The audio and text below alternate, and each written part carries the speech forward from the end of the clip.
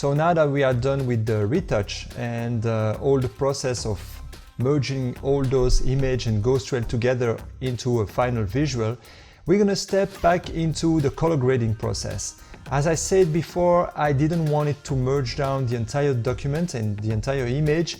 I wanted to keep all my color balance, level and saturation layers on top of the image. And the reason is that I had in mind to do some color tricks on those images, mainly because it has a kind of artistic touch on the final visual, like the way you see it now.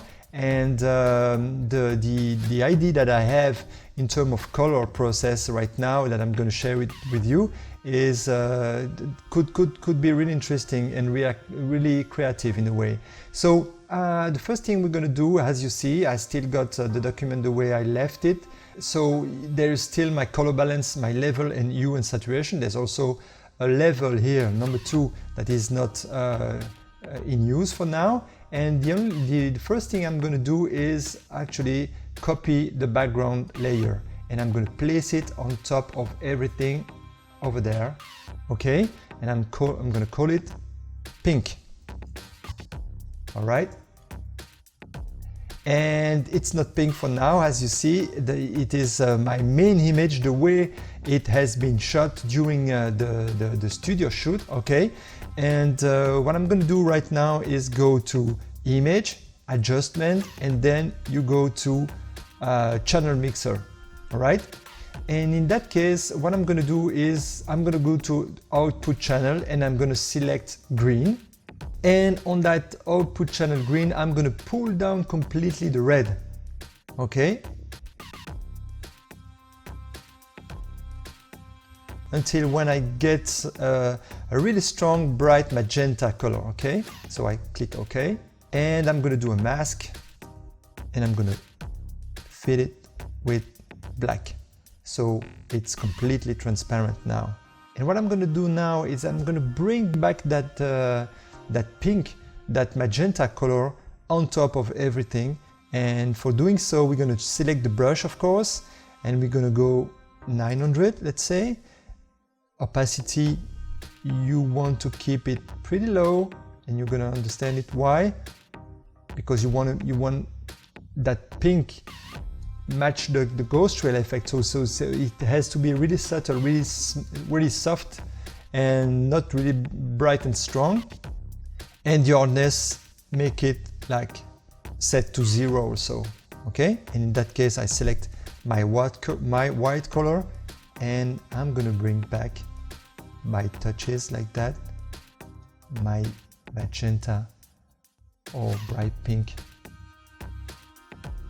on the top of everything like this.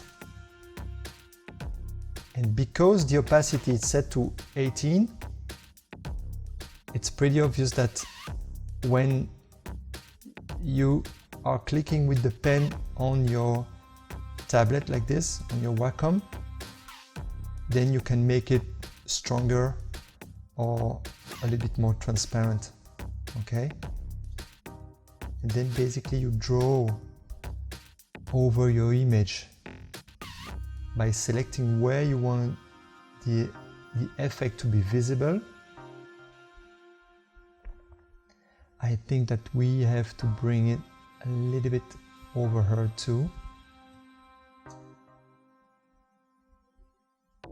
And basically this also may be the result of you putting some gel on your ambient light.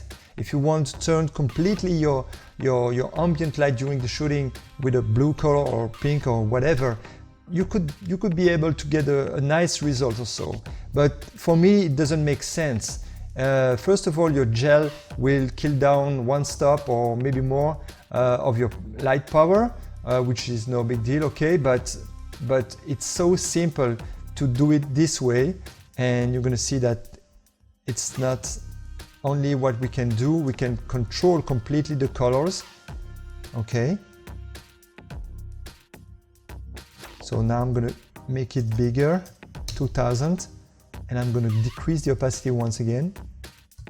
Let's say 8, as I want to bring some magenta, tonality onto the floor over there. Okay, and I quite like the result that I got so far. Okay, and now that we have the pink layer set, we're gonna copy this layer. Okay, we're gonna select the mask, which is the mask that have been done for the pink layer only. So we're gonna delete it. Okay, delete. We're gonna do another one, a blank one, and we're gonna fill it with black also to make it completely transparent. And in that case, I'm gonna reselect the pink layer and I'm gonna call it red. Okay. And to turn it red, first of all, I'm gonna make it completely visible, so I see 100% what I'm doing on that specific layer. And to turn it into red or whatever color you may choose, we're gonna go to adjustment and we're gonna select saturation, hue and saturation. Okay. And in that case, and this is interesting with you, if you don't know that tool, is that when you have a plain color, a real strong color, it can be red, pink, yellow, green, whatever, and that you're using this by, you know, like moving around on that hue channel over there, you're passing through other plain color, other plain strong color like this. Okay, and in that case, as I said, I want to go to get something red. Okay, it's red orange, but it's okay. The only thing is I want a color that will match my pink right under, but not too far, not too similar. Okay, and in that case I'm going to release, okay, the visibility of the mask. And in that case, once again, I'm going to reselect the white and I will go back to 800 in that case. I'm going to zoom in, and by touches, I'm going to bring some strong red, okay, into the image. So of course you may choose another brush size. If you want it harder, you can make it harder also.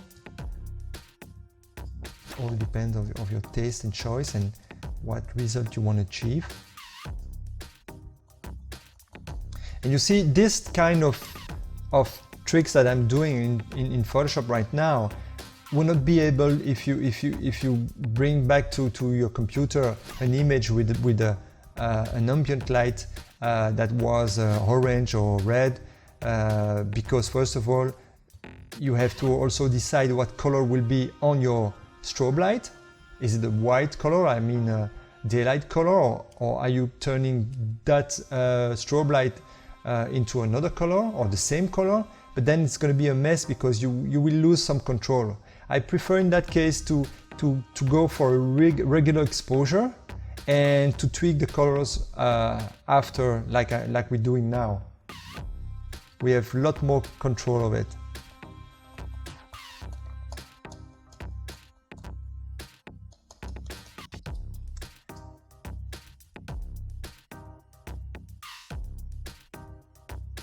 Okay, and I'm going to step back to the pink mask over there, and I'm going to increase the size once again.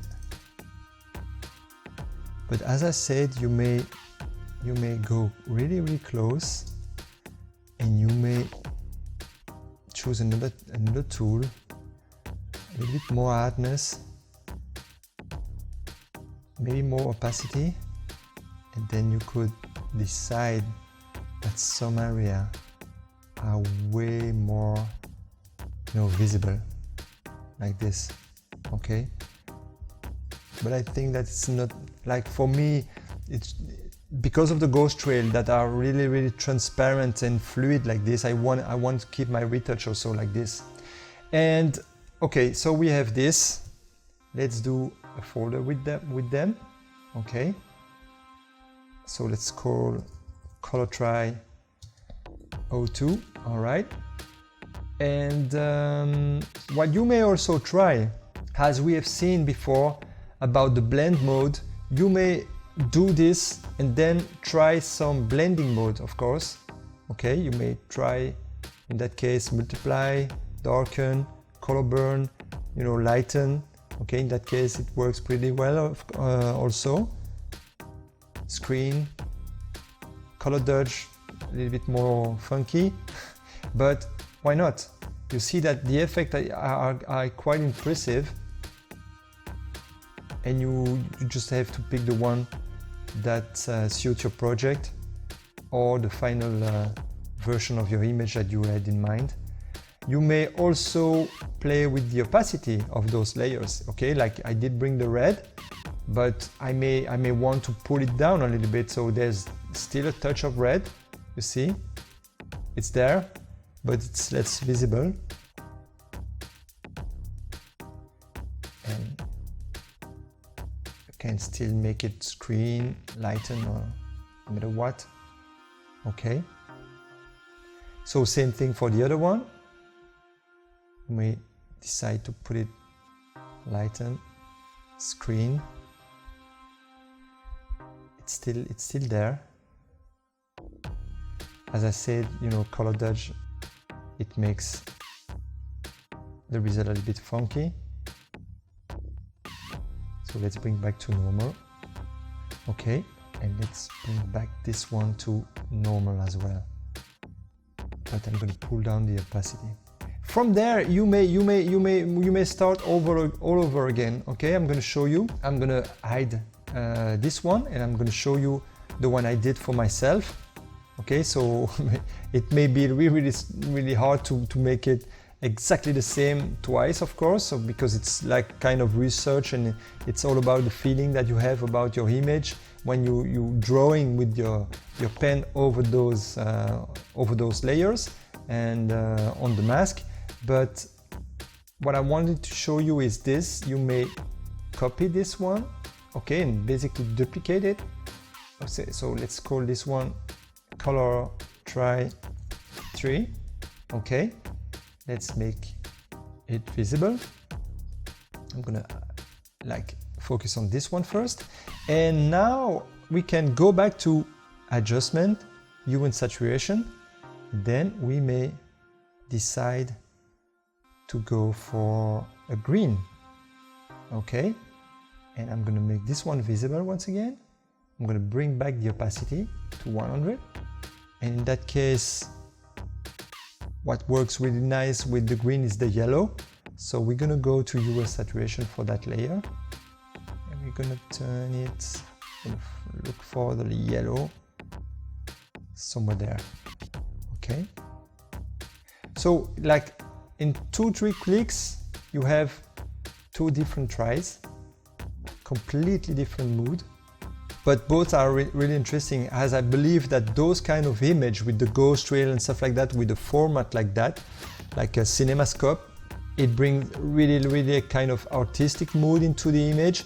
It's probably those kind of image that you want to print really large and put it on your wall, and then make it completely crazy with the colors like that. May do the trick. But I still really like the first color grading that I did, but I may also use that one. And I also like the green and yellow. So this is a really quick illustration of what you can do to push your final visual with those ghost trails an extra mile.